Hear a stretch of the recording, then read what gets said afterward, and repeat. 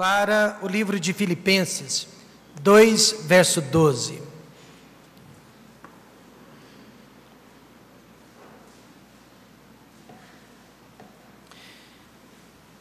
Irmão Samuel, você prefere este microfone ou de mão? Tanto faz. Filipenses 2, verso 12, apenas um versículo nesta manhã. E eu quero falar sobre um assunto deveras importante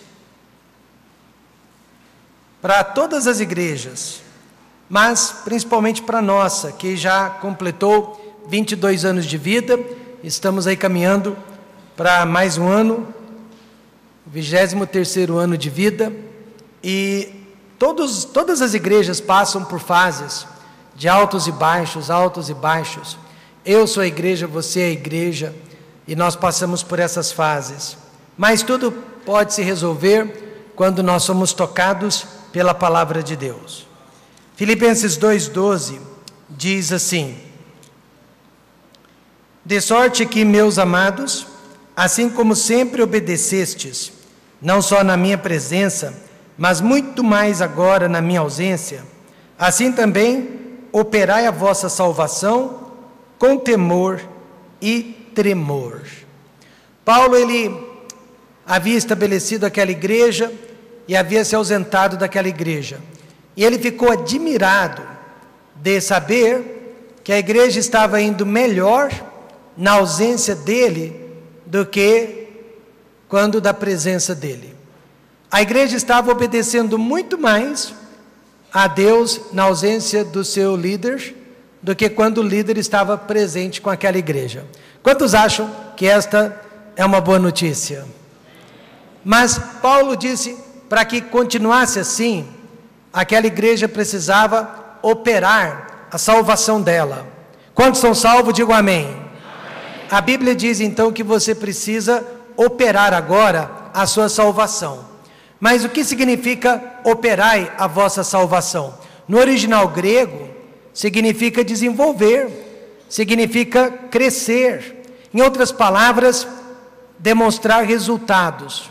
Quando uma pessoa é salva, ela há de mostrar resultados de sua salvação.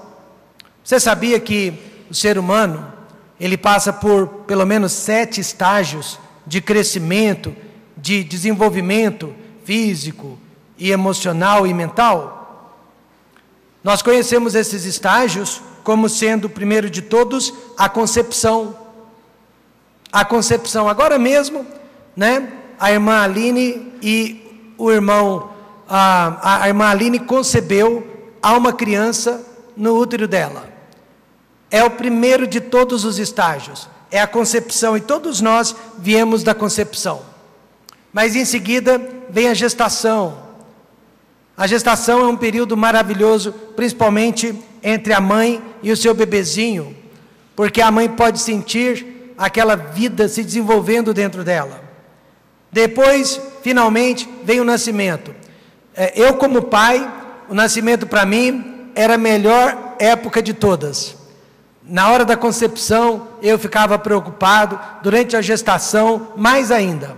Mas quando eu pude pegar a minha filhinha, ou as minhas filhinhas nas mãos, toda aquela dor, toda aquela preocupação, eu era aliviado daquilo.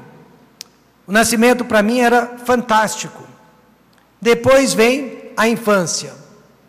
A infância também é um período maravilhoso. Toda vez que você leva o seu filho ao médico, você fica sabendo que ele ou ela está crescendo dentro dos parâmetros normais. Em seguida, vem o crescimento. Como é bom, né? Você pega o álbum de foto da sua filha, dos seus filhos, e você percebe o crescimento na vida daquelas crianças. E, finalmente, vem a maturidade. E a grande maioria de nós está na maturidade. Mas não se engane, vem a velhice também, não é verdade? Nós temos só 2 opções neste mundo: ficar velhos ou morrermos. E a maioria de nós ainda prefere ficar velhos. E nós estamos ficando velhos e não há como evitar isso. Mas faz parte do desenvolvimento, do crescimento humano. Mas você sabia que a vida espiritual também, ela precisa atravessar por certos estágios? E se você falhar num estágio, você acaba comprometendo os outros. O primeiro de todos é a concepção. Na vida espiritual, concepção é quando ouvimos a pregação do Evangelho. Primeira vez que a palavra de Deus bateu no nosso coração. A gestação ocorre quando compreendemos o Evangelho. Eu tive que ouvir o Evangelho por 3 meses, quase 4 meses, até compreendê-lo. Eu fiquei então naquele período de concepção por quase 4 meses, mas a gestação ocorreu quando eu compreendi a pregação do Evangelho. O nascimento só aconteceu quando eu aceitei o Evangelho, recebi a palavra de Deus pessoalmente na minha própria vida. Aí começou a infância, que representa os primeiros anos de vida, o primeiro amor, os primeiros meses dentro da igreja, aqueles primeiros passos que eu dei através da fé. Mas, em seguida, eu precisei do crescimento espiritual, precisei crescer, precisei amadurecer, e agora eu estou esperando a eternidade. Amém, irmãos? Então a vida espiritual passa por estações também, passa por estágios também. E quando nós paramos de crescer, paramos de desenvolver, é quando então nós abandonamos a fé, desanimamos e vamos embora de volta para a nossa vida de outrora. Uma jovem crente, fiel a Deus, ela estava testificando para um colega de trabalho, dizendo para ele que a vida com Cristo é maravilhosa. Jesus nos dá paz, Jesus nos dá segurança, Jesus nos mostra o caminho. E o rapaz, mais que depressa, ele queria aceitar Jesus, pois ele estava atrás de paz, segurança e alegria. E então ele disse: eu quero aceitar a Cristo. E eles oraram juntos. E ela ouviu a oração do colega, pedindo pela salvação. Mas enquanto ela ouvia aquele colega orando, ela sentiu dentro do coração que ela mesma não tinha aquela paz, não tinha aquela alegria, não tinha aquela esperança que ela estava pregando para o rapaz.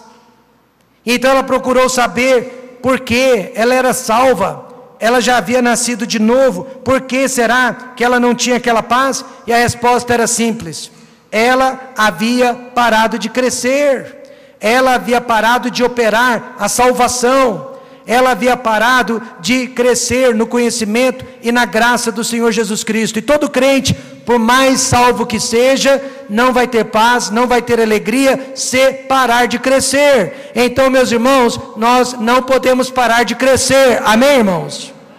Nós não podemos, porque o crente também consegue viver uma vida miserável quando ele para de crescer. Tiago 1, verso 8 diz: o homem de coração dobre, e a palavra dobre significa o homem de 2 caminhos, o homem de 2 caras, é inconstante em todos os seus caminhos. Como podemos operar a nossa salvação? Primeiro, através do bendito Espírito Santo de Deus. 1 Coríntios 6,19 diz: ou não sabeis que o vosso corpo é o templo do Espírito Santo que habita em vós, proveniente de Deus, e que não sois de vós mesmos? Em outras palavras, uma pessoa salva, ela é habitada, ela é possuída pela terceira pessoa da Trindade, a saber, o Senhor Espírito Santo de Deus. Ele é invisível, mas ele é real. Ele é Espírito, mas com uma personalidade pessoal e própria. E assim como nós não podemos enxergar a energia elétrica, nós não podemos ver o Espírito Santo, mas nós podemos ver o que ele está fazendo. Amém, irmãos? Nós podemos sentir o poder e a presença dele em nossas vidas. Ele é muito importante para o nosso nascimento e para o nosso crescimento espiritual. Primeiro, é ele quem garante a nossa salvação. Você diz, eu sou salvo, mas por quê? O Espírito Santo garante. Nós lemos em Efésios 1,13, em quem também vós estáis. Nós estamos no Espírito Santo, depois que ouvistes a palavra da verdade, o evangelho da vossa salvação. Primeiro tivemos que ouvir, e tendo nele também crido, fostes selados com o Espírito Santo da promessa. Eu sei que há igrejas que dão carteirinha de membros, mas não é aquela carteirinha de membros que garante a minha salvação. A minha salvação é o selo do Espírito Santo de Deus. A minha salvação não depende da igreja, não depende da membresia, depende do selo do Espírito Santo de Deus. Paulo nos ensina que uma vez que recebemos Jesus Cristo, nós somos selados com o Espírito Santo. Ou seja, a nossa entrada celestial está agora garantida. Você sabe que o SEDEX e até a carta registrada são de muita confiança. São confiáveis, mas podem falhar. O avião que transporta as correspondências, o caminhão que transporta as correspondências, pode haver um acidente, as cartas podem pegar fogo. Mas quando se trata do selo do Espírito Santo, nosso destino está 100% garantido no céu. Porque o selo de Deus não é o mesmo que o selo dos homens. E uma das funções principais do Espírito Santo é nos convencer de pecados. É de nos convencer do juízo, da justiça. É de nos convencer do erro. O Espírito Santo, ele trabalha em nós para nos desviar do erro, para nos desviar do pecado. Mas, infelizmente, o Espírito Santo pode e tem sido resistido por muitas pessoas. Nesta manhã mesmo, você não resistiu ao Espírito Santo. Ele tocou no seu coração, talvez desde ontem, para que você viesse à igreja. Você teve que lutar contra a carne, você teve que lutar contra os seus desejos, você teve que lutar contra algum tipo de tentação, mas se você veio, é porque você conseguiu. Amém, irmãos? Mas há pessoas que não vieram, porque resistiram. Elas conseguiram resistir ao convencimento do Espírito Santo. Isso é possível e acontece o tempo todo em nossas vidas. O rei Agripa, ele estava sendo convencido pelo Espírito Santo. Paulo estava pregando a palavra de Deus. O rei Agripa, ele estava sendo convencido dos seus pecados, da pessoa do Senhor Jesus Cristo. Mas ele e a esposa Berenice conseguiram resistir ao Espírito Santo naquele dia. O rei disse para Paulo: por pouco me queres persuadir a que me faça cristão. Em outras palavras, falta pouco para que eu me converta, falta pouco para que eu acredite, falta pouco para que eu aceite o que você está dizendo, mas falta pouco significa ele conseguiu resistir, e ele foi embora, apesar de ter sido convencido naquele dia, sem ter sido salvo. Isso acontece na igreja o tempo todo. Por pouco nós não estamos no altar, por pouco nós não mudamos a nossa atitude, por pouco nós não mudamos as nossas decisões, porque nós estamos conseguindo resistir ao Espírito Santo de Deus. O selo do Espírito só é válido quando ouvimos a palavra e cremos na palavra. E assim, muitas pessoas estão entrando e saindo da igreja resistindo o Espírito Santo de Deus, mas não deveriam fazer isso, antes deveriam ser salvas. Ele então é responsável pela nossa salvação. Em segundo lugar, é Ele quem garante a nossa consagração. Gálatas 5,16 diz: digo, porém, andai em espírito, e não cumprireis a concupiscência da carne. Traduzindo, ande com o Espírito e você não vai fazer os desejos da sua carne. O Espírito Santo é a causa do nosso sucesso, e não o nosso sucesso a causa do Espírito Santo. É o Espírito Santo quem nos dá vitória. Pessoas dizem: depois que eu parar de fumar, parar de beber, parar de me prostituir, pagar todas as minhas dívidas, limpar o meu nome, eu vou para a igreja. Seria o mesmo que dizer, depois que eu me curar do meu câncer, eu vou procurar um médico. Nada disso. Deus quer que você venha como está. Amém, irmãos? Deus quer que você venha com o que você tem. É Ele quem vai lhe dar a vitória. É Ele quem vai tirar esses pecados da sua vida. Você deve vir como está. Estava ouvindo a oração de um pastor, na qual ele dava ordens. Ele dava ordens ao bendito Espírito Santo de Deus. Ele simplesmente determinava e mandava e desmandava no Espírito Santo de Deus. Mas isso é ilusão, isso é engano, ninguém manda em Deus. Amém, irmãos? Ninguém dá ordens a Deus. É o Espírito Santo que nos controla, é o Espírito Santo que nos domina, e não nós que dominamos o Espírito Santo de Deus. E a pergunta não é o quanto você tem do Espírito Santo, mas é o quanto o Espírito Santo tem de você. Ele possui os seus olhos, ele possui os seus lábios, ele possui o seu cérebro, ele possui os membros do seu corpo. D.L. Moody, ele foi talvez um dos maiores evangelistas que já pisou sobre a face da terra. Irmãos, eu não estou exagerando, cerca de 100 milhões de pessoas ouviram o evangelho e foram salvas através do ministério daquele homem. No início do século 20, quando não havia todo o meio de comunicação que há nos dias de hoje. Mas mais de 100 milhões de pessoas foram atingidas, foram abençoadas com o ministério daquele homem. Ele era um homem cheio do Espírito Santo de Deus. De manhã, à tarde e à noite, ele era controlado pelo Espírito Santo de Deus. Ele sabia disso. Aliás, eu sei quando eu estou sendo controlado pelo Espírito de Deus. Eu sei quando eu estou sendo controlado pela minha carne. D.L. Moody sabia. No dia do seu funeral, um dos seus amigos mais íntimos disse: D.L. Moody era um homem servo de Deus, cheio do Espírito Santo. Ele sabia disso, mas não demonstrava. Sabia disso, mas não se vangloriava. Ele apenas vivia cheio do Espírito Santo de Deus. E como eu posso saber se eu sou um crente cheio ou vazio do Espírito Santo de Deus?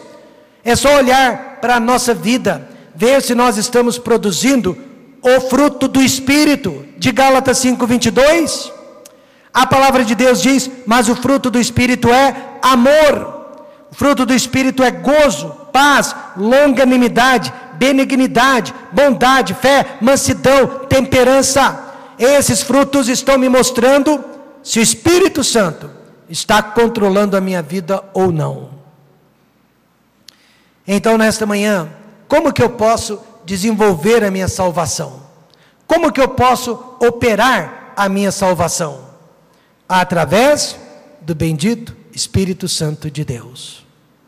Em segundo lugar, você e eu podemos operar a nossa salvação através da igreja local. Eu quero agradecer pessoalmente as palavras do irmão Fabiano nesta manhã a respeito da nossa igreja. Eu quero agradecê-lo porque são poucas as vezes que nós ouvimos crentes agradecendo a Deus pela importância da igreja. Mas se não fosse por esta igreja, e eu não estou falando de outras igrejas, mas se não fosse por esta igreja, muitos de nós estaríamos perdidos neste momento, nossos filhos estariam perdidos, nossos casamentos estariam perdidos, e talvez até a nossa vida nós já teríamos perdido. A igreja local, o que ela é? Ela é um grupo de pessoas que se encontra sempre, não de vez em quando, mas sempre, no mesmo lugar. Para o que, pastor Rômulo? Primeiro, para adoração a Deus. Nós estamos aqui para adorar a Deus. Guarda o teu pé quando entrares na casa de Deus. Nós entramos aqui para adorar a Deus, não é para pensar no resultado do jogo, não é para pensar nas dívidas, e nem no trabalho, nem no lazer. Nós entramos na casa de Deus para adorar a Deus. Segundo, para comunhão com os irmãos em Cristo. Nós estamos aqui para termos contato uns com os outros e para praticar boas obras em favor do reino de Deus. Nunca se esqueça disso. Foi o que aconteceu em Atos 2:42, onde cerca de 120 pessoas estavam se reunindo para adorar a Deus, para ter comunhão e para praticar boas obras. E perseveravam na doutrina dos apóstolos, na comunhão e no partir do pão e nas orações. Você sabia que depois da família tradicional, pastor, o que é família tradicional? É a família composta por um pai homem e por uma mãe mulher. Você sabia que a família tradicional é a instituição mais atacada que existe no mundo? Mas depois dela é a igreja. A igreja é a segunda instituição mais atacada por Satanás e por este mundo. E sabe o que acontece? É quando ela é atacada do lado de dentro. Esse é o pior tipo de ataque, atacada pelo nosso abandono, pelas nossas críticas e pela nossa divisão. Mas Atos 2:42 deixa bem claro que o sucesso da igreja depende da nossa perseverança. O sucesso de qualquer igreja depende da nossa perseverança. Perseverança em 3 áreas: pregação, comunhão e oração. O crente que abandonar qualquer uma dessas áreas, em breve abandonará também a igreja. Então vejamos a primeira área, pregação. Quantos acreditam que esta igreja vive da pregação da palavra de Deus? Não há dúvidas, né, irmão Samuel? Não há dúvidas. Esta igreja, ela nasceu e ela está vivendo desde então sobre a pregação da palavra de Deus. Falhamos em outras áreas, eu não nego, mas nesta área nós não falhamos. Nós não falhamos, nesta área não. A igreja vive da pregação, é algo sobre o qual nós temos perseverado. A boa igreja, ela vive de pregação, de ensinamento sólido da palavra de Deus, e a principal função do pastor, dos pastores, é alimentar o povo de Deus com pregações fortes, pregações suculentas, pregações expositivas. Mas, já no início da igreja, o ser humano é o mesmo sempre. Já havia pessoas que estavam reclamando do ministério pastoral, achando que a principal função do pastor é de agente social. O pastor deveria estar visitando os pobres, deveria estar alimentando os famintos. Nada disso. Os apóstolos corrigiram aquela visão equivocada desde o início. Os apóstolos deixaram claro que a principal função do pastor, que pregues a palavra, instes a tempo e fora de tempo, pregues, redargua, corrija, pregues a palavra. Agora, não é dizer que a obra social não seja importante, mas ela tem o seu devido lugar. Veja comigo, Atos 6, versos 3 e 4. Escolhei, pois, irmãos, dentre vós, 7 homens de boa reputação, cheios do Espírito Santo e de sabedoria, aos quais constituamos sobre este importante negócio. Obra social é importante, mas nós, pastores, perseveraremos na oração e no ministério da palavra. Em outras palavras, obra social não é só do pastor, é de toda a igreja. Não é só pastor que visita, não é só pastor que ajuda, é toda a igreja. E na qualidade de membro, pastor precisa visitar, pastor precisa ajudar, mas esta é uma obrigação de toda a igreja. Todos nós somos agentes sociais, amém, irmãos? Todos nós estamos aqui para ajudar uns aos outros. Certo? A obra social, ela é importante, mas nenhuma igreja vive de obra social. A igreja vive da pregação da palavra de Deus.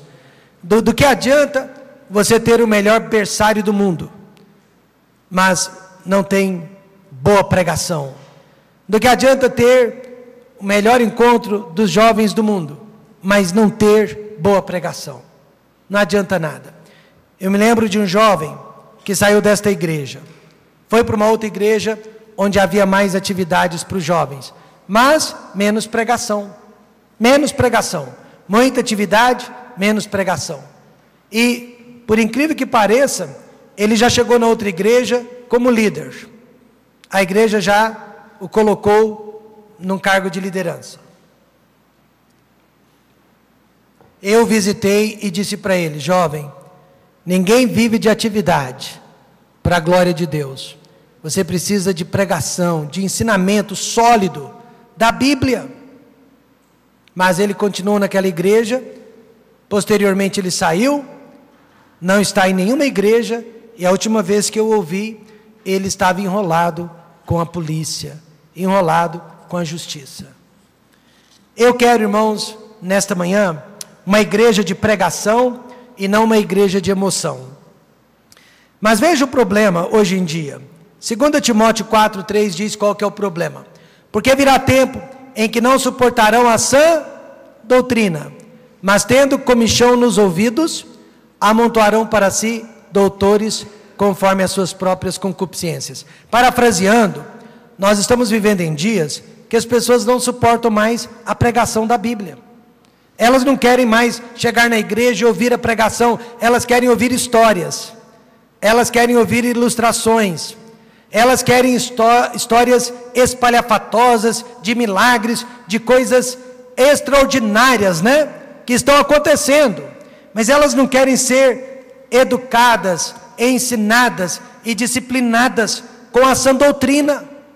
Aí Paulo diz, elas vão ficar indo de um lugar para o outro, buscando aquele pastor ou pastores que pregam de acordo com o coração delas. Eu quero uma igreja que prega de acordo com o coração de Deus. Não uma igreja que prega de acordo com o meu coração, porque o meu coração é perverso, mas que pregue de acordo com o coração de Deus. E além de perseverar na pregação, a igreja local deve perseverar na comunhão. Comunhão é a palavra koinonia na língua grega e significa participação, contribuição. Portanto, só existe comunhão se eu estou participando e se eu estou contribuindo com a obra de Deus.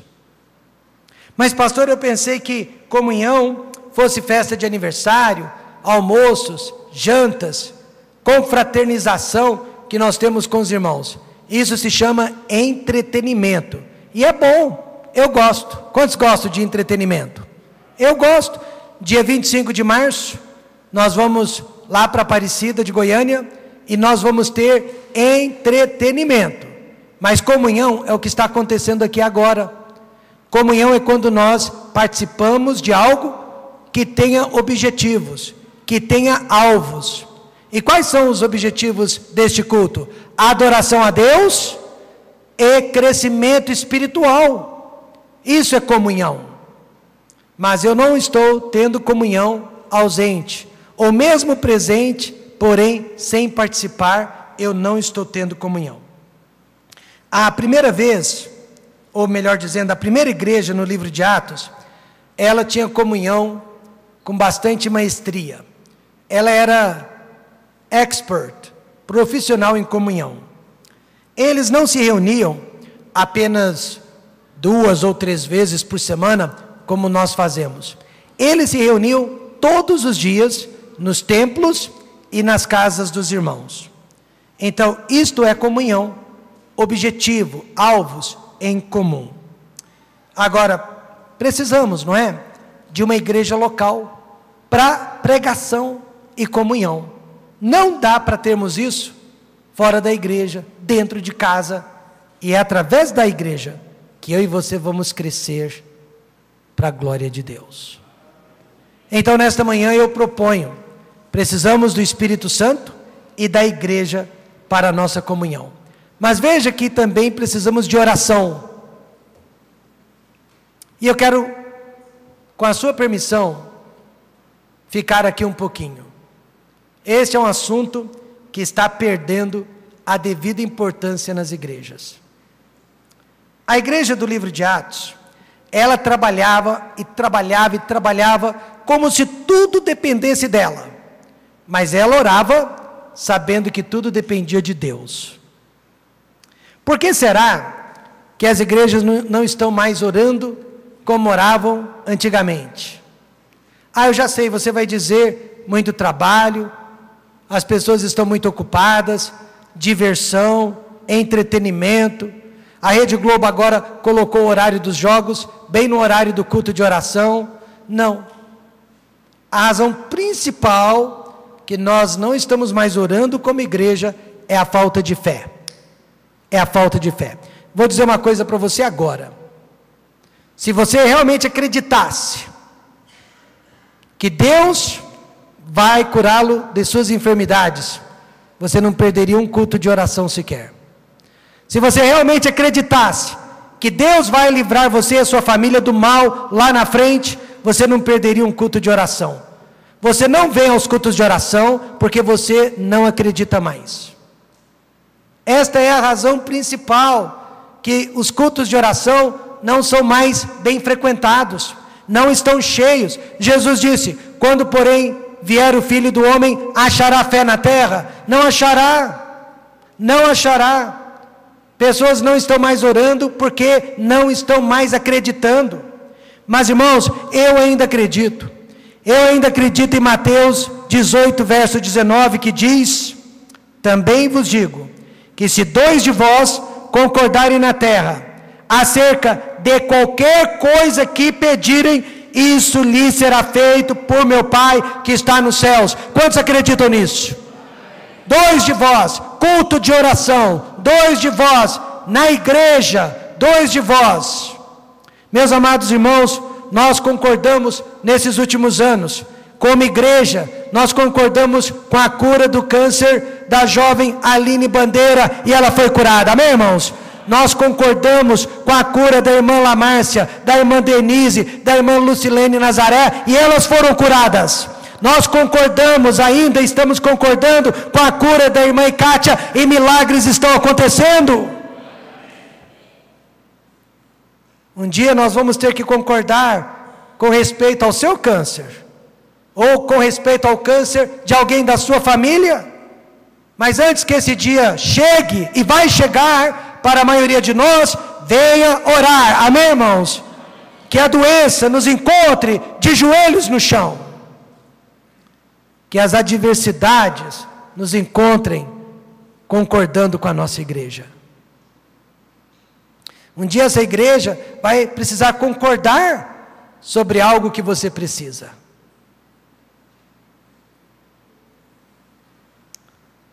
Falta de fé está tirando as pessoas dos cultos de oração. Vamos crescer através da pregação. Vamos crescer através da comunhão e da oração de nossa igreja. E agora, em terceiro e último lugar, através do evangelismo. Ontem nós fizemos uma reunião aqui na igreja com os grupos de evangelismo. E há lugar para você. Precisamos de mulheres e homens que possam dedicar 1 hora apenas por semana para visitar, para sair, para evangelizar. Paulo disse: porque se anuncio o evangelho, não tenho de que me gloriar, pois me é imposta esta obrigação. E ai de mim, se não anunciar o evangelho. Irmãos, O que Paulo quis dizer com isso? E ai de mim. Você já parou para pensar sobre essa expressão? E ai de mim. Eu escuto os homens falando muito isso sobre as esposas. Homens dizem, olha, eu tenho que chegar em casa em tal horário, e ai de mim se eu não chegar naquele horário. O que será que acontece com esses homens quando eles se atrasam? E ai de mim. Mas Paulo disse, ai de mim. O que ele quis dizer com isso? Primeiro, ai de mim que não estou agradando a Deus. Quando eu não reparto o Evangelho, quando eu não comunico o Evangelho, eu não estou agradando a Deus. Jesus disse, se me amais, guardais os meus mandamentos. Mas ele não repetiu os mandamentos de Moisés. Aliás, ele os condensou em apenas 2 grandes mandamentos. Alguém pode me ajudar? Amarás ao Senhor teu Deus e ao próximo. Ele condensou todos os mandamentos em 2. E agora ele diz, se me amais, guardais esses mandamentos. Paulo sabia que o amor dele por Jesus dependia em muito da urgência de se pregar o Evangelho, da urgência de falar de Cristo. Porque quando nós estamos pregando o Evangelho, nós estamos pensando em Cristo. Quando nós pregamos o Evangelho, nós estamos falando de Cristo e também amando aquela pessoa que nos ouve. Portanto, ai de mim, se não anuncio o Evangelho. Lá em Ribeirão Preto agora, nós temos uma irmã que está frequentando a nossa igreja. E recentemente, uma amiga dela depressiva, muito depressiva, reclamando da vida, chorando, tristeza enorme na alma. E essa irmã sentiu o desejo de falar de Cristo, pregar o Evangelho, mas por vergonha não pregou, não evangelizou.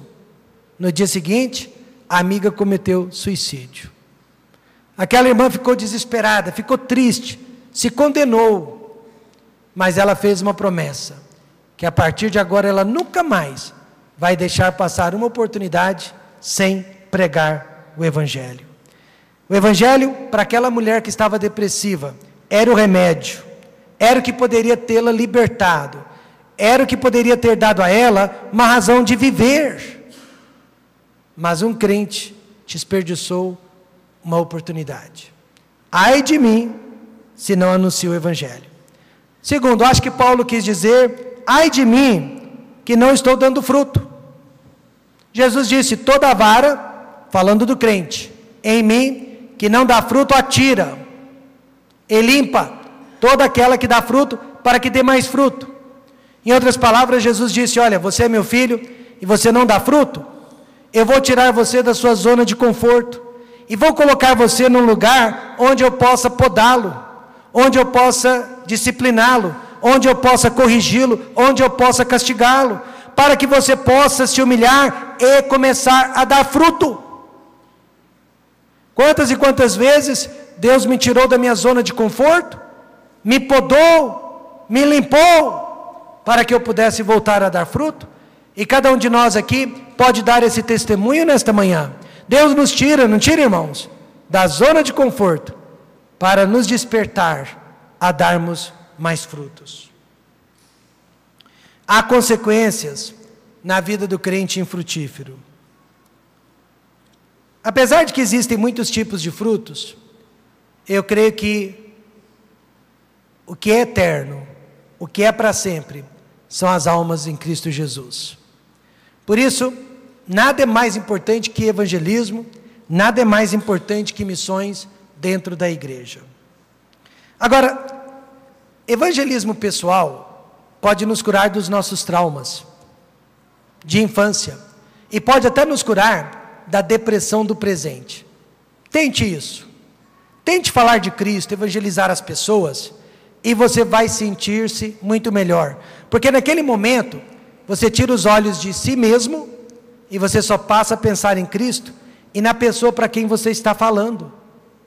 Irmãos, é uma terapia bíblica, e é uma terapia que pode curar. E a Bíblia diz que quando nós evangelizamos, almas são salvas, há alegria tanto no céu quanto na terra.